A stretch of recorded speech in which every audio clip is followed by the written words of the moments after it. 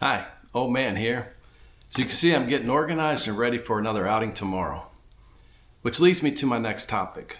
And I'm going to talk about some of the issues that new bass fishermen face and some of the reasons why they fail or at least struggle. So sit back, relax, and let's get this party started.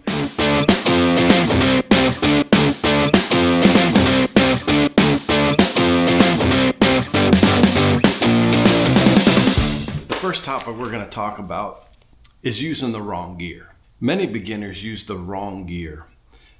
They use ultralight rods that just weren't meant to handle a big bass, or they used excessively big, huge rods and reels that make it really difficult to feel when they bite. Oftentimes they use the wrong line. Instead of mono, they use fluoro or braid. Instead of braid, mono or fluoro. Anyway, they don't really understand what would be the preferable line to use given a lure, a specific lure or a specific situation, right? So just to kind of, and I know people are going to argue, and I'm just giving my opinion, but I want to talk about like what I would use for mono, why I would use fluoro over mono, why I would use braid over the other two.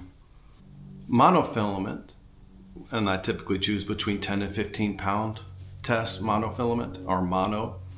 It's good for topwater baits because it floats. Fluorocarbon, 10 to 17 pounds, is good for clear water. It sinks and it's nearly invisible. Of course, braided line is more durable and it's good for like thick cover. Like if you're throwing the frog into the weeds or into lilies or heavy grass and you got to yank something or pull it out through there, you want something that's going to be resilient and really hard. That's where the braid comes in. As far as hooks and lures, there are so many different hooks and lures to choose from. Like right here. I've got an assortment of different hooks right here. And I just grabbed just some of the ones I bought today.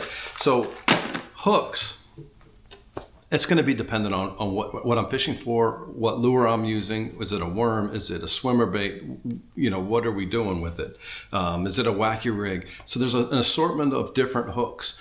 The big thing we're going to talk about now that people tend to make, especially beginners, is they pick the wrong hook size, right? They'll have this ginormous hook, like a 4/0 hook on a little 3.5 inch swimming thing, or a small worm, or anyway, it's just, you have to understand what it is you're fishing for. What I mean is, what bait am I using, and is it in relation to the hook size? Does it match? Is it good? Is the swim bait going to look like a swim bait, or is it going to look like a fish with a ginormous hook through it? Is it going to swim correctly, or is it just going to, in the water? So that's a common mistake that people use. So I ask that, you do a little research. If you want to learn this, for example, I've been talking about swim baits. If you want to learn a swim bait, you should do a little research and find out what's the difference between, a 4.5 or 5 inch swim bait versus a 3.5. What am I targeting? All of these things. You're always going to be targeting bass, but am I targeting bass that are feeding on small brim or small shad, or are the shad that are swimming around, are they big shad or big, bluegill, right? So you got to kind of think about that, and I hate to say common sense because I don't have a lot of that, but you got to kind of think it through and say, okay, what do I want to use? So that is another common mistake that beginners tend to do. Number two is, this is a problem that I even to this day make. It's fishing the wrong spots. Now, if there's no fish there, that's the wrong spot. So what does that mean? How do I find the right spot? Well, this is another huge topic where you can go down this rabbit hole.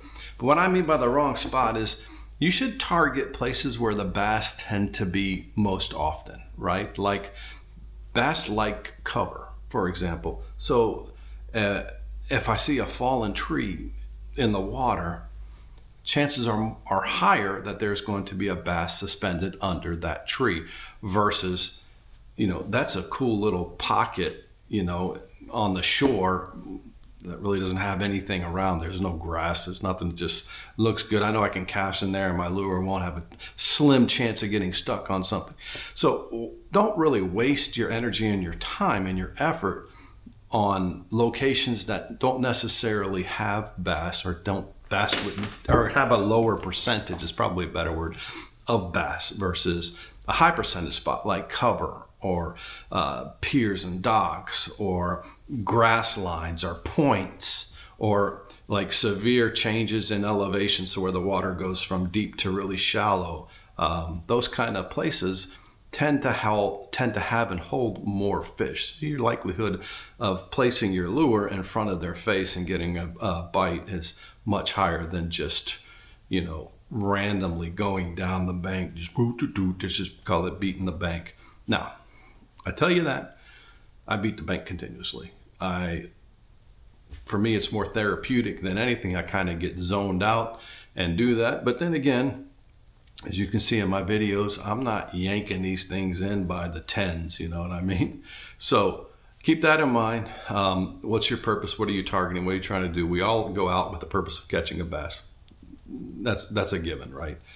But with that said, like my focus is just to get out there, to enjoy and to have a good time. I'd like to do that, but I'm not a professional. I don't really focus. That's probably the better word. I don't tend to focus so much effort on, I'm just going to go point A to point B to C, and I'm going to drive all around. No, I don't. I'm more laid back. I'm more just enjoying the atmosphere, looking at things and doing. And if I happen to catch 2 or 3 bass at a go, that's a good day for me, and I'm happy with that, Sure, if I went and spent the time and effort to really just go from point to point and move around and then I'm sure I would have a much different take on it. But that's just how I like to fish. And again, it's up to you. But as a beginner, I tell you that it's more pleasurable if you do fish spots that are more likely than not to hold fish. Another issue that I see newer or beginner bass fishermen make is ignoring the weather. Now, I'll give you a perfect example. Normally today I would be out on my boat. 2 things happen. One, my buddy doesn't feel good, so I'm like, okay, he doesn't feel good, but the conditions are just not good. So we just had a cold front run in last night. So the bass are pretty well hunkered down. They don't do well with changes in weather. They really don't. So the bite would be, we'll just call it really slow today. So instead of going out fishing today, I opted to go do a Bass Pro Shop run, get some gear and prep for better fishing tomorrow. It's going to warm up tomorrow a little bit. Hopefully that wakes them up a little bit. I mean, you understand that they still have to eat, right? But I just want them a little more lively, a little bit chance. I immensely enjoy the frog bite, so I like throwing frogs and hoping that they explode out and I catch one that way. Much prefer that than dragging a worm. But again, if it's cold and it's slow, you have no choice. You're not biting a frog. You're just going to go out there and just burn calories. Or you can go out there and just slow it down, throw a worm, drag a worm, hit some stumps, do that kind of stuff. So anyway, I'm going to do that. But that's a problem that a lot of new bass fishermen make, is that they ignore the weather. They don't really pay attention to the weather. They don't focus on the weather. There are a ton of videos out there that will explain different weather conditions and how it affects bass. Again, it's a numbers game, right? So just like we talked about with throwing it into cover, for a better chance at getting a bite, the same with weather. So when the weather conditions are more ideal, that's a better time to go, especially if your time is like mine and it's somewhat limited. You want to make the most of it, right? So again, take your time, understand the weather, look at the weather, don't ignore it. That's a mistake. Here's number 4, is probably the most common mistake that I see new bass fishermen do. And I say new bass because by all means, I still consider myself a novice. So I don't want to come across like I'm anything other than that. I'm definitely a novice. But with that said, when I take people out, especially, I've done this quite a bit on my boat. I enjoy taking people out, especially people that are new to bass fishing or haven't been bass fishing, to try to get them into it and try to bring them the joy that it brings me.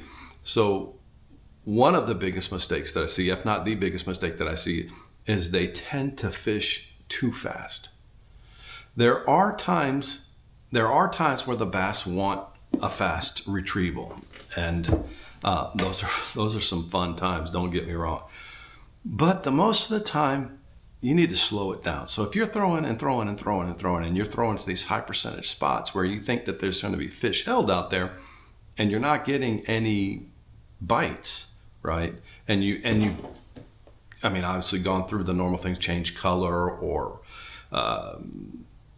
changed baits, chances are you're probably fishing too fast. You just need to slow it down. Slow, slow, slow.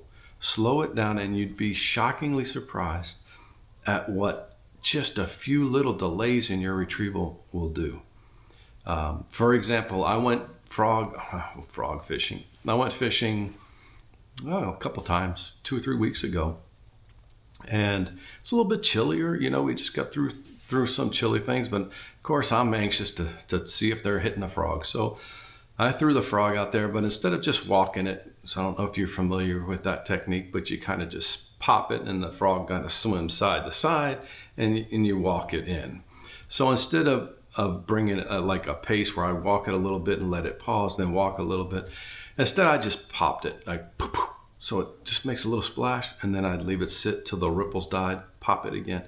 I think the third pop, I got hit.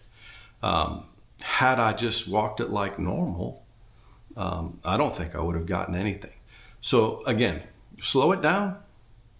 Slow it down. If you're not getting any kind of action, not getting any kind of bites, slow it down, take your time, and I'm sure that things will start to turn around. I'm positive you'll see a difference. Anyway, this is Old Man. I'm out. You guys stay safe. I'll catch you next time. I just wanted to go through that with you real quick. Actually, before we go out, I showed you some of the hooks. Let me show you a few of the things. There's a few of the things I got today. So, I bought a couple spinner baits. Spinner baits are almost my go-to when things aren't going well. I decided to get the willow blade, and the reason I got the willow blade for these, don't mind the colors, because to me, I've probably done the best when it comes to spinner baits with chartreuse. I got the big willow blade, the big round blade, because I find that, excuse me, keep saying willow, it's Colorado. I find that using that big Colorado blade, I can go much slower and still get the action that I want to get. So I bought a couple of those, give it a shot. I showed you a bunch of hooks. That was why I went, because as I was going through this weekend, or last week, I was looking at my hook supply, especially for like swim baits and stuff, and I didn't have very many left, so I decided, okay, I need to go get some hooks. So I bought a bunch. I bought quite a few more hooks, worm hooks. Yeah. Let's see what else. I got some flashy swimmer hooks. Gonna give those a shot. What else? Of course, I got some more wacky weedless for wacky rig, and some other swim baits with weighted swim bait hooks. Anyway, so I bought some hooks just kind of replenish. I also decided, I'm gonna set up a few rods. Let me get this stuff out. I'm gonna set up a few rods with a Carolina rig. So, I got just standard Carolina rig. You'll have like a swivel, right? I got some glass beads, not plastic beads. Got some glass beads that I want to put there by the weight, just to give a little noise as you're dragging it, pop, pop on that glass bead.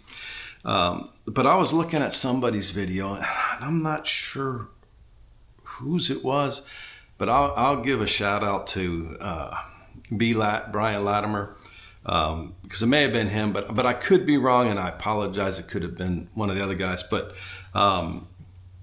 anyway, they were showing me these clips.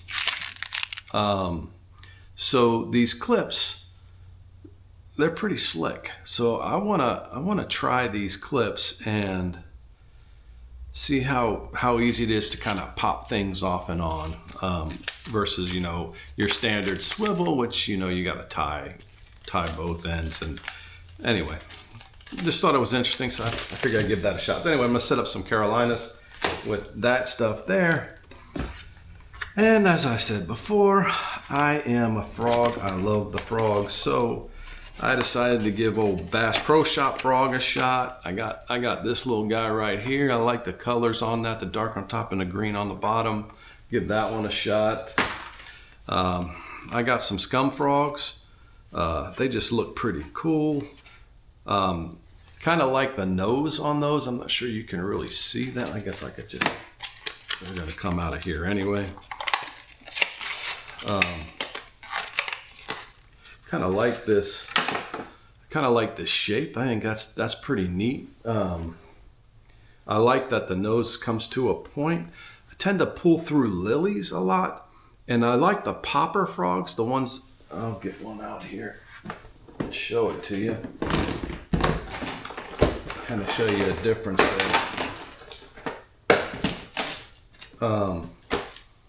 So the popper frogs have this little mouth, so you can see kind of the difference between it. So if I pull this, it makes like a bubble, like a pop, which is cool and it's good, and I like the action it gives me. However, this is like a magnet for getting stuck in the lilies. It doesn't get stuck like I can't get it out, but it kind of just gets more stuck than like a pointed nose. So I'm going to go with this. It won't be as much noise and as much action as the poppers, but still, it's anyway. I'm going to give these a shot. Like I said, I like the thing. I like the shape. I think it's neat.